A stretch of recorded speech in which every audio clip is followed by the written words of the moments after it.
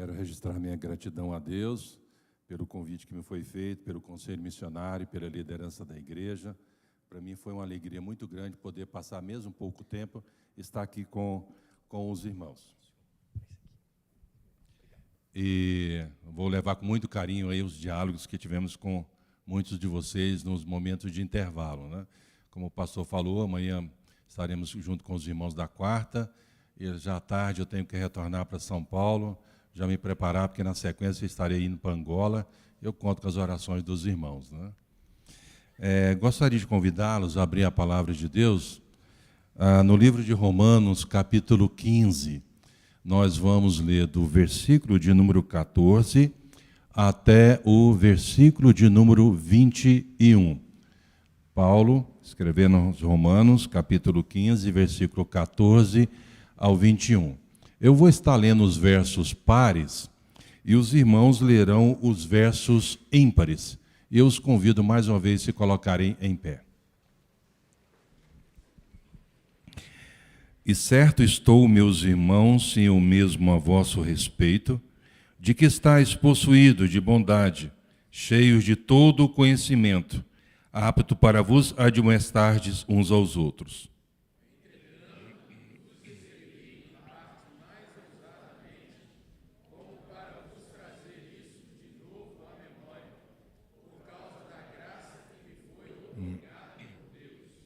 Para que eu seja ministro de Cristo Jesus entre os gentios, no sagrado encargo de anunciar o Evangelho de Deus, de modo que a oferta dele seja aceitável, uma vez santificada pelo Espírito Santo.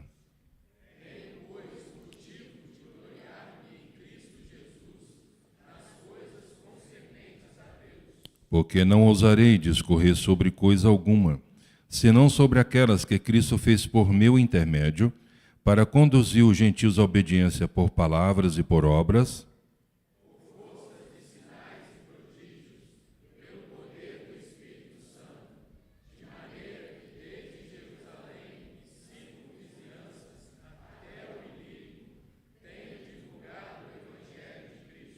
esforçando-me deste modo por pregar o Evangelho, não onde Cristo já for anunciado, para não edificar sobre fundamento alheio. Antes, como está escrito, hão de vê-lo aqueles que não tiveram notícia dele, e compreenderam os que nada tinham ouvido a seu respeito. Oremos mais uma vez. Pai, nós temos adorado ao Senhor através dos cânticos, temos adorado ao Senhor através das orações. Agora queremos adorá-lo através do conhecimento da Tua Palavra. Abra a nossa mente, abra o nosso coração para entender a vontade do Senhor para as nossas vidas. Ó Deus, também a mim, eu quero ser simplesmente mensageiro do Senhor, para que na exposição da Tua Palavra eu seja fiel a ela. E mais uma vez, refletindo, possa sair daqui enriquecido, por ver a vontade do Senhor para a minha vida, como também para os demais. Eu peço também que a Tua bênção esteja para todos os irmãos que estão aqui, e para aqueles também que estão vendo pelas plataformas digitais. Que eles também, ó Deus, estejam atentos para ouvir o Senhor falar. Nos ajude para que os nossos pensamentos se voltem para esse momento, que não haja nenhum tipo de movimentação desnecessária e que nada venha de nos distrair, para sabermos aquilo que o Senhor requer de nós. Em nome de Jesus, amém. Os irmãos podem se sentar. Quando nós olhamos para a vida do apóstolo Paulo, nós vamos deparar com a realidade que ele foi o campeão das grandes doutrinas. Falando sobre justificação, que nós somos justificados, e por sermos justificados, nós temos paz com Deus. Ele mostra em Efésios que Deus nos deu vida, o sopro da vida. E aí nós vivemos uma perspectiva de uma viva esperança, que nós fomos eleitos por Deus, Deus resolveu nos amar. É o Deus que um dia olhou para pessoas que não prestam como eu e como você e decidiu amar.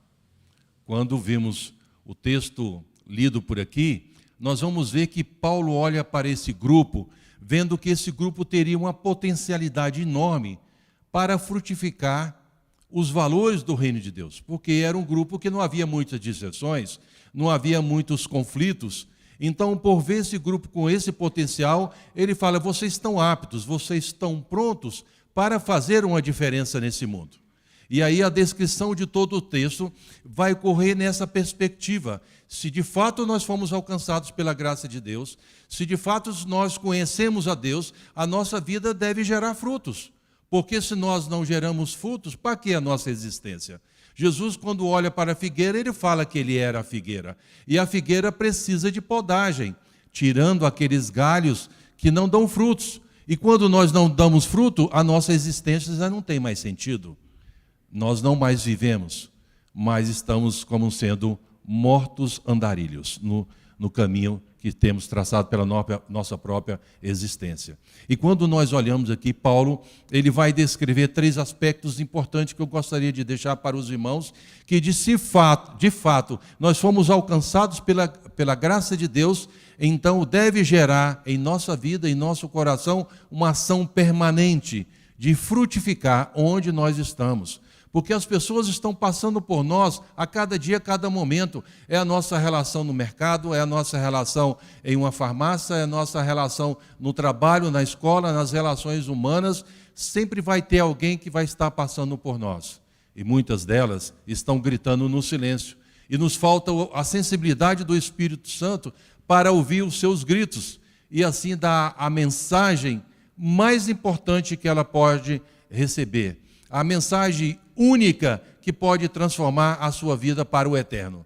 E a igreja aqui não se referindo à estrutura física, mas todos aqueles que compõem aqui a igreja, nós temos um papel fundamental, um papel inegociável, que é fazer com que a igreja seja a luz na cidade, que a igreja seja o farol na cidade, e que nós, onde estamos andando, devemos ser pessoas que vamos manifestar através da mensagem do Evangelho que o reino de Deus se faz presente. E o reino de Deus pode transformar a vida de muitos, como tem transformado a vida de cada um aqui presente. E para você que talvez ainda não teve uma experiência pessoal com o Senhor Jesus, eis o momento oportuno de você refletir sobre a sua vida, refletir como está a sua perspectiva do futuro.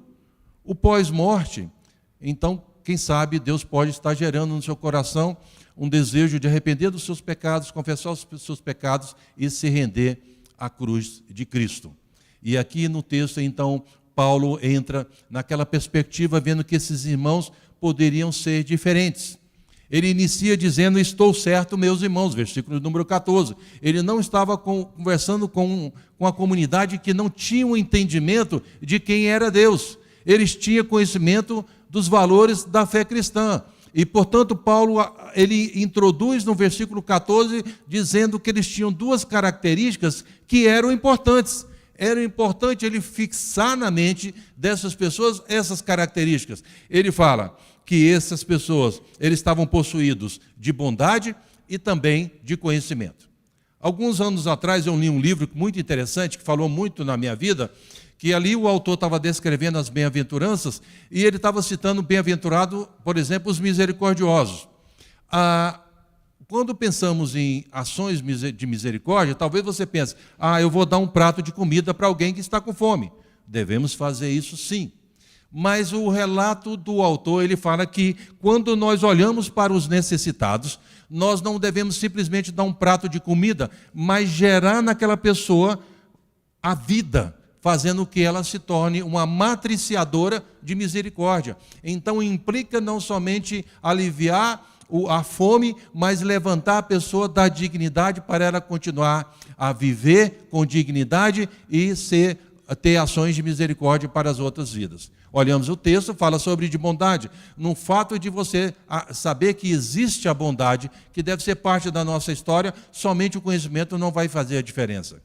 Como também ele fala para esse grupo de irmãos que poderia ser um centro de avanços missionários, ele diz que esses irmãos estavam possuídos de conhecimento. Irmãos, somente o fato de você conhecer a Bíblia não faz diferença nesse mundo. Porque todo o seu conhecimento da Escritura, ele pode ser um conhecimento intelectualizado. Você pode conhecer a Bíblia, fazer citação de vários textos bíblicos, ter o conceito de Deus, mas se esse conceito não é aplicável, não faz diferença nenhuma. Eu estava lembrando que quando estive no Afeganistão, eu tive a oportunidade de conhecer uma moça afegã, e essa moça, ela era muito judiada pelo seu pai e pelos seus irmãos. E ela ia na casa de uma pessoa da nossa equipe lá. E essa pessoa da nossa equipe, então, começou a pregar o Evangelho para ela. E ela teve a oportunidade de conhecer a Deus e ter a experiência através de Jesus Cristo, do Evangelho da cruz. E ela estava relatando que toda semana, quando ela estava com muitas dores e sofrimento, ela ia para a casa da pessoa da nossa equipe para ler a Bíblia. E ela não podia levar a Bíblia para casa, porque se levasse a Bíblia para casa, o pai poderia judiar dela, podia matá-la, podia expulsar de casa, o irmão também fazia a mesma coisa, ou, como muitos casos, você vê mulheres que o pai ou o marido jogam um óleo quente no rosto para queimar o rosto. Então, muitas das mulheres que têm aquelas burcas, por debaixo da burca, você vê o rosto deformado por queimaduras, como aconteceu um outro caso de uma mulher, que o marido estava conversando com o homem, achou que ela estava ouvindo a conversa, ele foi lá e cortou a orelha dela. Simples assim. E algo muito interessante que me chamou a atenção, que não podia dar a Bíblia para levar para a casa dela, porque ela poderia sofrer sanções familiares. Não poderia dar um memory card, porque no telefone dela era um telefone para a família, um telefone para toda a família. Então, como passar o Evangelho? Ela ia toda semana na casa para não somente ler a Bíblia, mas para decorar a Bíblia. Vocês conhecem alguém que decora a Bíblia? Então, eu tive a oportunidade de conhecer uma menina que estava decorando a Bíblia. Porque ela falou assim, onde eu vou, aquilo que está na minha mente, no meu coração, e ninguém tira. E assim, Deus transformou a vida dela. E logo na sequência do diálogo, a irmã dela de 15 anos falou assim, olha, eu também quero revelar que tive a oportunidade de conhecer a Jesus pelo testemunho dessa pessoa da nossa equipe lá. Então, irmãos, a palavra de Deus é a palavra que transforma a vida das pessoas, que dá esperança. Então, Paulo está falando que essas pessoas estavam possuídas de bondade e também estavam possuídas de conhecimento. Então, ali, o diálogo introdutório de Paulo não era somente o conhecimento, mas falando, se vocês têm esse conhecimento, ele diz, olha, vocês estão prontos, né, para admoestar. Quando ele fala admoestar, não é dar bronca em alguém, mas é chegar ao lado para ajudar mutualmente, para que as pessoas possam caminhar para frente.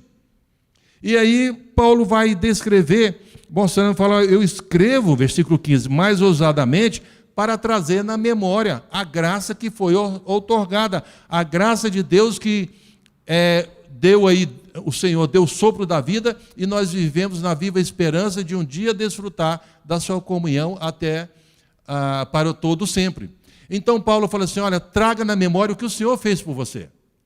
Não deixe apagar na sua trajetória da vida cristã a obra que Deus fez na sua vida. Então resgate, aliás, Lamentações de Jeremias, capítulo 3, os versos 20 na sequência, fala, quero trazer na memória o que me pode dar esperança, porque as misericórdias do Senhor são a causa de não sermos consumidos, elas se renovam a cada manhã.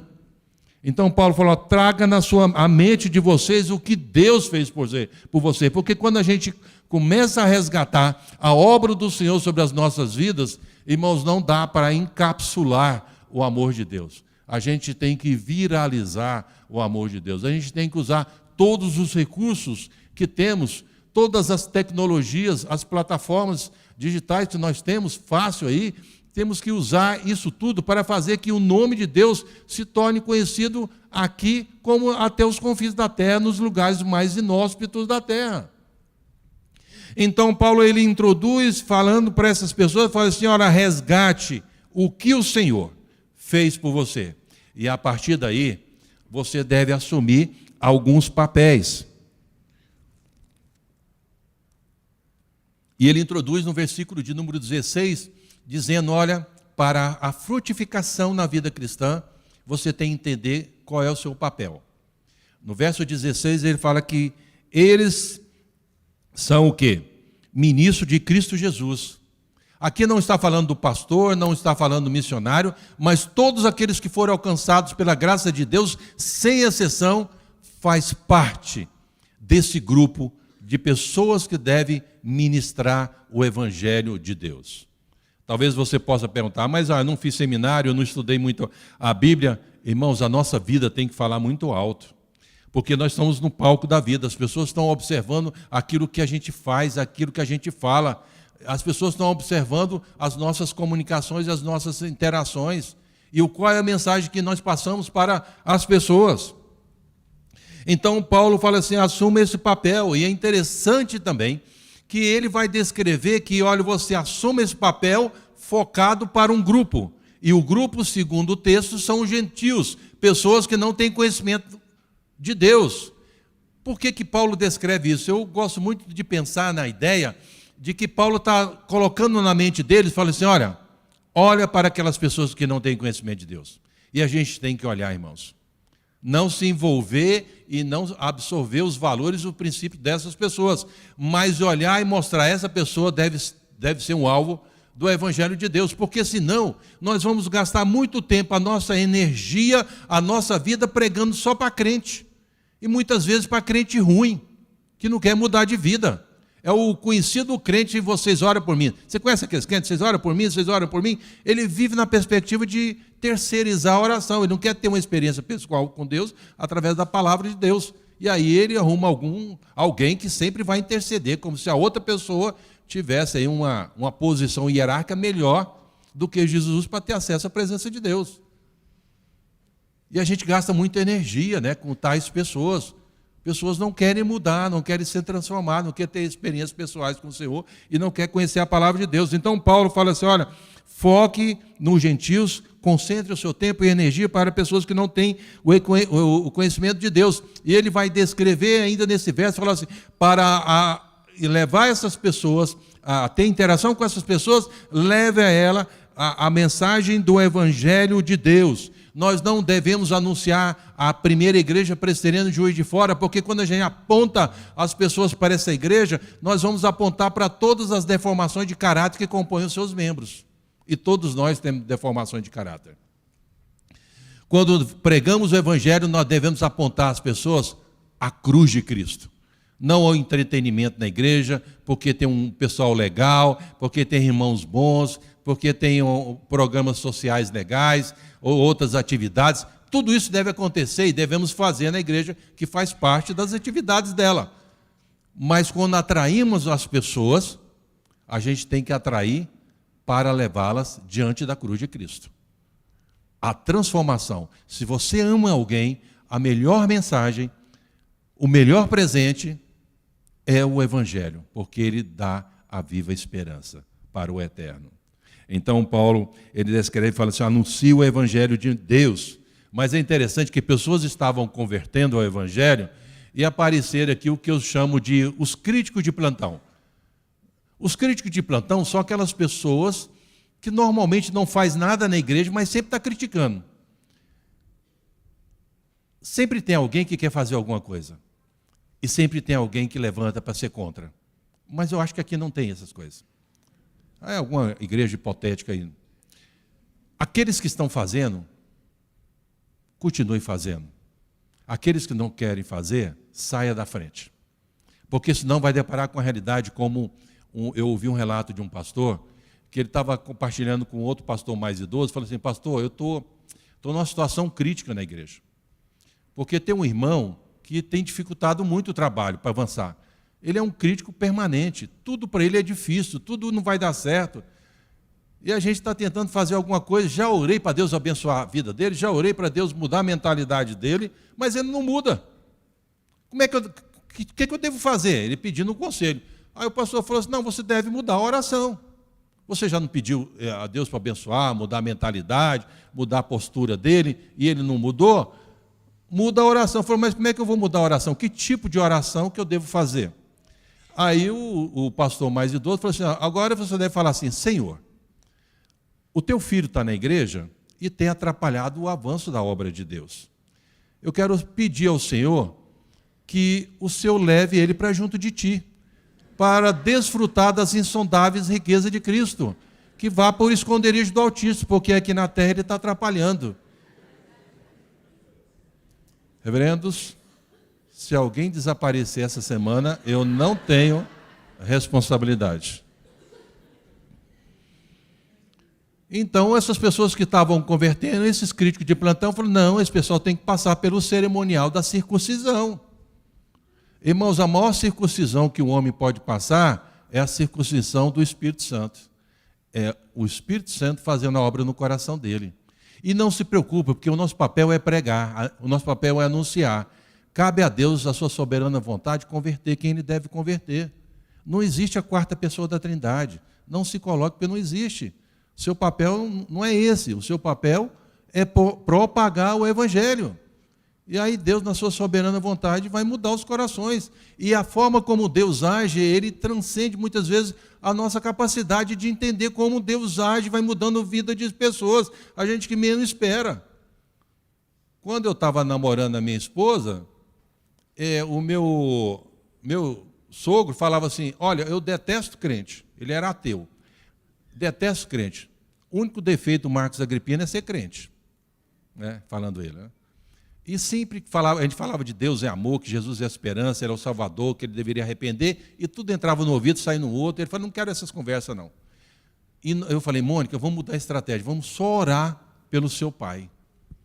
Passado muitos anos, um dia eu recebo a ligação dele, e ele disse assim, Marcos, eu fui invadido pela graça de Deus e não tive como resistir.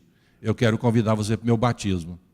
Gente, mais de 10 anos. Irmãos, não desista de orar a favor das pessoas que vocês amam. Não desistam, orem. A gente não sabe qual é o plano de Deus para a vida das pessoas. E Deus fez uma obra muito grande na vida dele. Né? Converteu ao cristianismo. E foi muito interessante a conversão dele, um pouco antes, porque a minha sogra, quando estava no leito de morte, ela teve câncer, nós arrumamos uma missionária, enfermeira, e falamos para ela assim, será que você podia dar uma atenção especial para minha sogra? E ela ia lá, dava uma atenção especial, como enfermeira e tudo.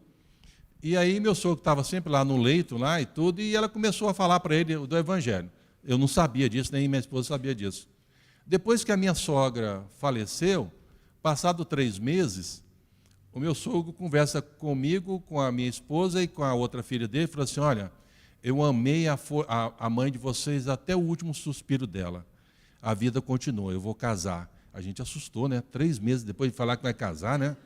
Aí eu falamos assim, mas com quem? Com a missionária que a gente arrumou para cuidar da sogra. Tome cuidado com as enfermeiras. Então Deus é muito rico, né? Ele é muito criativo, né? A gente não sabe os planos de Deus, né? E a vida segue. Então, quando a gente vê Paulo mostrando, ele fala assim, olha, se a gente quer realmente ser bênção na vida das pessoas, a gente tem que assumir o nosso papel em nossa vida cristã. Como também nós vamos ver que o apóstolo Paulo, ele mostra um segundo aspecto que eu gostaria de apontar para vocês, onde no versículo de número 18, ele fala assim, olha, para frutificar, você tem que se posicionar como um condutor da mensagem. Olha no versículo 18, porque não ousareis discorrer sobre coisa alguma, senão sobre aquelas que Cristo fez por meu intermédio, para quê? Para conduzir. Irmãos, a expressão de conduzir, ela é uma palavra muito relevante, porque nos leva a uma reflexão que quando você conduz alguém, você investe tempo em alguém. Não é perda de tempo, não é gasto do tempo, mas você está investindo. Talvez muitos falem assim, não, eu não uso aqui, por exemplo, a palavra investir ou dedicar minha vida em prol de alguém, porque meu tempo é muito corrido, eu não tenho tempo. Irmãos, todas as pessoas que fizeram diferença nesse mundo tiveram 24 horas como você. Quando você diz que não tem tempo, o que de fato você está dizendo é que isso não é prioridade para mim. Essa é a verdade. Porque nós podemos definir prioridades. E quando você acha que não discipular alguém, porque muitas pessoas convertem na igreja e se tornam por muito tempo neófitos porque não foram discipuladas. Alguém não dedicou tempo para mostrar os valores da cruz de Cristo, não dedicou tempo para mostrar os valores da fé cristã. E aí a gente vê um bando de gente que é crente meia boca. Dependendo da situação, ele se comporta de uma maneira e outra situação ele se comporta de uma outra maneira. E aqui a gente vê Paulo escrevendo no versículo número 8, ele fala, conduzir, e mais uma vez, ele diz, conduzir quem? Os gentios, pessoas que não têm conhecimento de Deus. Irmãos, nós estamos vivendo em um momento fantástico em nossa geração. Aqui com faixas etárias, mas estamos vivendo de uma certa maneira na mesma geração, no mesmo período de ano. É as comunicações. Nós temos os nossos smartphones, que são equipamentos que nos globalizam. Você comunica a partir do seu smartphone com pessoas de vários lugares no Brasil, como também ao redor do mundo. Isso é fantástico, porque tempos passados não havia dessa maneira. Não era, as comunicações eram dessa maneira. Eu estava lembrando que bem antes de surgir o smartphone, quando eu tinha que comunicar com algum campo missionário do continente africano, a gente mandava uma mensagem para a capital mandava uma mensagem para uma rede de rádio, o rádio passava num programa de rádio para alguém lá do interior, e alguém, se ele ouvisse, ele voltaria e começaria a fazer as comunicações até conversar. Imagine quantas semanas e até meses demorava a gente ter uma resposta. Mas hoje você comunica de forma globalizada. Nós temos uma ferramenta que, segundo os dados que foram feitos recentemente, o brasileiro gasta em torno de mais de 5 horas por dia nas redes sociais. E você, muitas vezes, diz que não tem tempo. O que precisa é definição. Eu acho que a gente precisa, muitas vezes, entregar o nosso Isaac. Se a gente tem uma programação da igreja, a gente sai da nossa casa, vai para a igreja e esqueceu a Bíblia, a gente vem para a igreja. A gente sai de nossa casa, vem para a igreja, esqueceu o smartphone, começa a tremedeira, começa a ansiedade, a síndrome de pânico, a gente volta para pegar. A gente muitas vezes para de usar quando a gente entra debaixo do chuveiro, mas a gente não larga. Não larga. Eu fico pensando que essa ferramenta é uma das ferramentas de maior potencialidade que nós temos hoje de anunciar o Evangelho de Deus. Talvez a gente precisa reavaliar os nossos conteúdos, irmãos. A gente precisa, ao invés de fazer retransmissão dos lixos que a gente recebe todo dia, e se a gente de fato fala que ama a Deus, por que a mensagem mais importante a gente não transmite para as pessoas? Por que a gente não cria uma lista de transmissão para um texto bíblico? Ao invés de colocar aquelas piadinhas, ao invés de colocar aquelas coisas insuportáveis que eu acho, é o tal do bom dia, você recebe bom dia, tudo quanto é, mas que ninguém posta aqui, ninguém recebe, não sabe disso, né? É uma coisa nova que apareceu aí. Então, eu fico pensando, por que a gente não usa as plataformas, né? Aí pega o WhatsApp, manda para um monte de gente, né? Tem tantas outras plataformas aí usadas, ao Facebook, o Instagram, o Twitter, entre outros. A gente pode usar todas as plataformas para que, se a gente ama a Deus, por que nós não propagamos essa verdade de Deus? Porque não, de repente, usamos as plataformas, aí agora, pós-pandemia, nos ensinou que a gente pode interagir com pessoas através das plataformas como o Google Meet, como o Zoom, entre outras, o Jitsi, entre muitas outras plataformas, interagir, discipular, orar a favor das pessoas. Mas a gente fica só no nosso universo. Irmãos, se alguém hoje entrar nas suas redes sociais, o que ele vai ver nas suas redes sociais? Qual é o conteúdo que você está postando? Eu estava até relatando, o reverendo Fábio estava lá, estava pregando na Igreja Presbiteriana Nacional em Brasília. Eu estava falando que um dia a minha filha estragou o telefone dela, e aí eu fui levar numa empresa para consertar e tudo, aí sentou do meu lado uma diretora para a América Latina de uma multinacional que produz smartphone. Aí, conversando com ela, quando nós dois estávamos esperando alguma coisa lá, eu o telefone, e ela queria conversar com alguém, eu perguntei, você trabalha com o que? Ela explicou, falou que era da área de recursos humanos. Eu falei, como é que você faz o processo de seleção de candidatos para convidar para trabalhar na sua empresa. Porque normalmente o homem faz a barba, arruma o cabelo, né, vai com a roupa melhor, a mulher vai num salão, também arruma o cabelo, e faz toda aquela vestimenta apresentável. Falou, nós fazemos isso.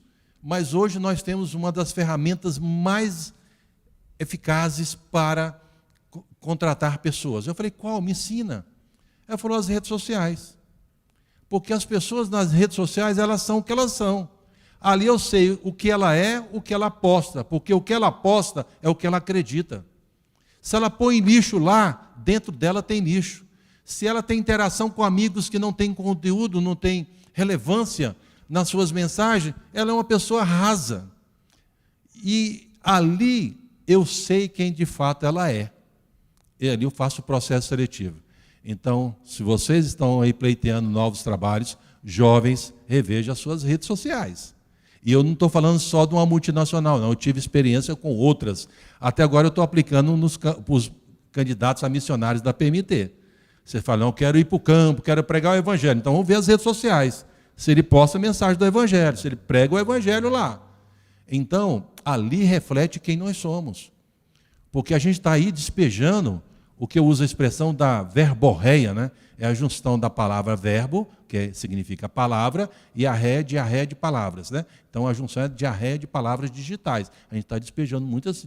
E eu não estou falando do pessoal lá fora, porque a gente já espera das pessoas lá fora. Eu estou dizendo da igreja. Se nós falamos que amamos a Deus, porque as nossas postagens não refletem esse amor através das nossas mensagens. Se alguma coisa está postando errado, você tem que mudar o seu interior, porque você coloca para fora o que você está cheio.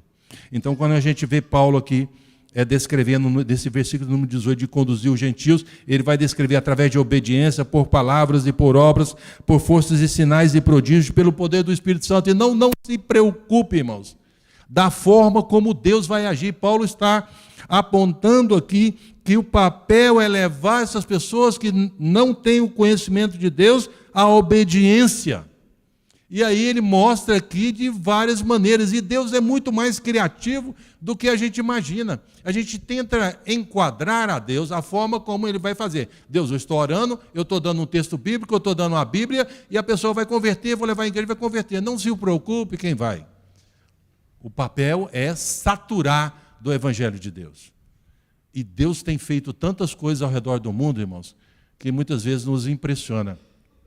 Estou lembrando de um relato, eu fui numa região do continente africano, um lugar, numa cidade, onde parecida aquelas casas, Minha Casa Minha Vida, né? Na antiga era BNH, muitas delas foram na região que foi bombardeada e os tetos sumiram, né?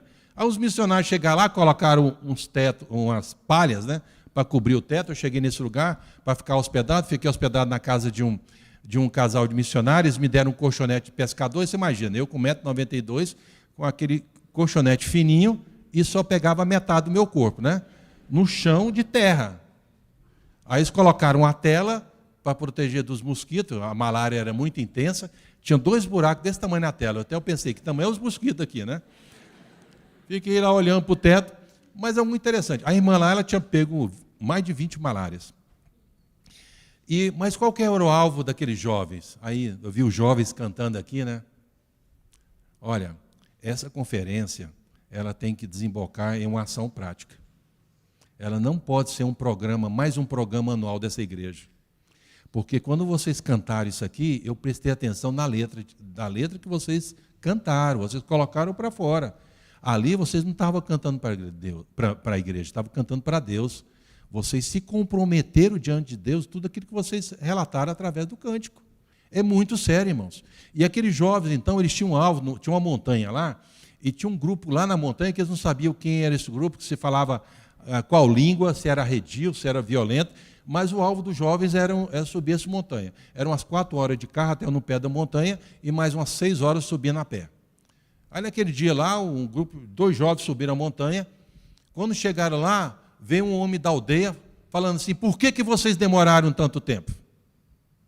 E os jovens ficaram assim, mas nós não mandamos nenhuma mensagem de texto, não mandamos nenhum sinal, o homem fala a nossa língua e ainda questiona que nós demoramos muito tempo. Falou assim: vocês demoraram muito tempo. Muitos dos meus pais, dos meus amigos, dos meus familiares, pessoas da minha aldeia, morreram nas trevas, porque vocês demoraram trazer a luz. E aqueles jovens continuaram ouvindo. Depois de um tempo, o líder da aldeia: vocês não vão sair daqui enquanto não mostrar a luz que está em suas mãos. Sabe o que aquele jovem tinha nas mãos naquele momento? A Bíblia. E ali foi pregado o Evangelho e várias pessoas converteram o Evangelho. O nosso irmão que me hospedou, fizeram uma campanha para arrumar uma caminhonete nova para ele. Aí ele foi na África do Sul buscar a caminhonete, na volta a caminhonete tomba e cai em cima dele e ele morre. E a esposa dele falou assim: eu vou enterrar o coração dele. É o Marcos o nome dele, Marcos Azzolini. Eu vou enterrar o coração dele no lugar onde ele deu a vida dele, onde ele veio para dedicar a sua vida em prol de um povo. E ali a esposa dele enterrou o coração dele. Um missionário brasileiro foi enterrado o coração dele lá. Mas ali frutificou, porque pessoas dedicaram a sua vida em prol da causa do Senhor. Irmãos, não se preocupe. O nosso papel é viralizar o amor de Deus. Então, quando Paulo usa essa expressão, a gente tem que dedicar a nossa vida naquilo que é valoroso. Como também a gente vai ver Paulo, no verso de número 20, mostrando que deve haver em nós uma vontade, deve haver em nós um esforço. Você pode dar muitos presentes. Talvez se a gente perguntar, o que você gostaria de ganhar? Eu gostaria de ganhar um smartphone novo, gostaria de ter um carro, gostaria de ter uma casa, gostaria de ter um emprego. E eu descobri que pessoas, depois de 50 anos, diálogos mais recorrentes, eu gostaria de ter saúde. Depois de 50 anos, eu falo que tudo dói e o que não dói não funciona. E a gente tem que andar com o kit remédio, né? Um remedinho e o plano de saúde, né? E assim a gente vai indo. Mas ainda bem que tem os remédios aí para nos ajudar a ter uma vida um pouco melhor. E aumentar aí a nossa história. Então, o que a gente vê, Paulo fala assim: esforce. Esforçar, irmão, é sentir-se privilegiado. Aqui não está se referindo ao desgaste físico, a dar mais do que pode, mas assim, esforce para sentir-se privilegiado de emitir ou proclamar a mensagem mais importante que a pessoa pode receber. Então você pode dar todos esses benefícios, todos esses presentes, mas um único presente que pode dar a vida eterna é a marca da cruz de Cristo. Não existe atalho, não existe outro caminho. Então, se de fato você ama alguém, o maior presente é a mensagem do Evangelho. O mundo não está precisando de mensagem de autoajuda. O mundo está precisando de ajuda do alto. É a intervenção de Deus na vida das pessoas, transformando seu coração. Então, se Deus está gerando no seu coração arrependimento, se arrependa, confesse seus pecados e se volte para o Senhor, irmãos. Eis o tempo oportuno. Então, aqui a gente vai ver que o apóstolo Paulo fala para essas pessoas, fala assim: se esforcem, mais uma vez, pregue o Evangelho, comece a ter uma identificação, pensando estrategicamente, onde Cristo não for anunciado, para a gente não ficar fazendo as mesmas coisas que outros estão fazendo. Para que então, hão de vê-lo aqueles que não tiveram notícia dele, versículo 21, e compreenderam dos que nada tinham ouvido a seu respeito. Mas como ouvirão se não há quem pregue? E nós temos essa responsabilidade de pregar. Nós estamos no mundo, irmãos, não para fazermos relações públicas. Nós estamos no mundo para darmos o ultimato. Nós estamos no mundo para frutificar. É a figueira que dá fruto. É a figueira que gera vida. Porque se uma figueira não gera o fruto, não tem mais a relevância dela viver. E quando nós não geramos frutos, nós estamos mortos. E que Deus nos ajude a termos vida nesse tempo oportuno que nós temos, que Deus tem nos dado aqui na cidade de Juiz de Fora, como também espalhado pelo Brasil, e o compromisso que a igreja tem para muitos campos ao redor do mundo. Pense isso, irmãos. Não venha aqui somente como mais um evento missionário, mas chegue diante de Deus e fale: Senhor, o que o Senhor requer de mim? O que o Senhor quer que eu faça? Não pense no retorno da multidão. O desafio ele é individualizado, o compromisso é individualizado. Então tome um passo, não tenha interesse pela obra de Deus, porque as pessoas que têm interesse pela obra de Deus só vão agir quando lhe é conveniente, mas aquele que tem compromisso não aceita-se desculpa. Então assuma o compromisso com Deus, e o nosso compromisso com Deus só vai até onde nós o conhecemos. O nosso compromisso com Deus só vai até onde nós o conhecemos. E que Deus nos ajude nessa missão. Pai, nós nos colocamos diante do Senhor nessa noite. Encrave a Tua palavra no nosso coração e em nossa mente, para nós não pecarmos contra Ti. Eu peço a Deus que o Senhor nos ajude a estar sempre no centro da Tua vontade. Gere no nosso coração um arrependimento, ó Deus, e que a gente venha se voltar para o Senhor e pague, ó Deus, o preço de andar nos Teus caminhos, adotar os Teus estatutos, os Teus princípios e os Teus valores, para que aquele dia, o dia eterno, onde estaremos diante do Senhor, pessoas de tantas línguas, nações, povos de tantos lugares, nos lugares mais inóspitos da terra, estarão diante do Senhor e dirão: Santo, Santo, Santo é o Senhor. E eu quero fazer parte dessa família. E eu quero, ó Deus, através da minha vida, influenciar tantos quanto puderem, para a Tua glória. Em nome de Jesus. Amém.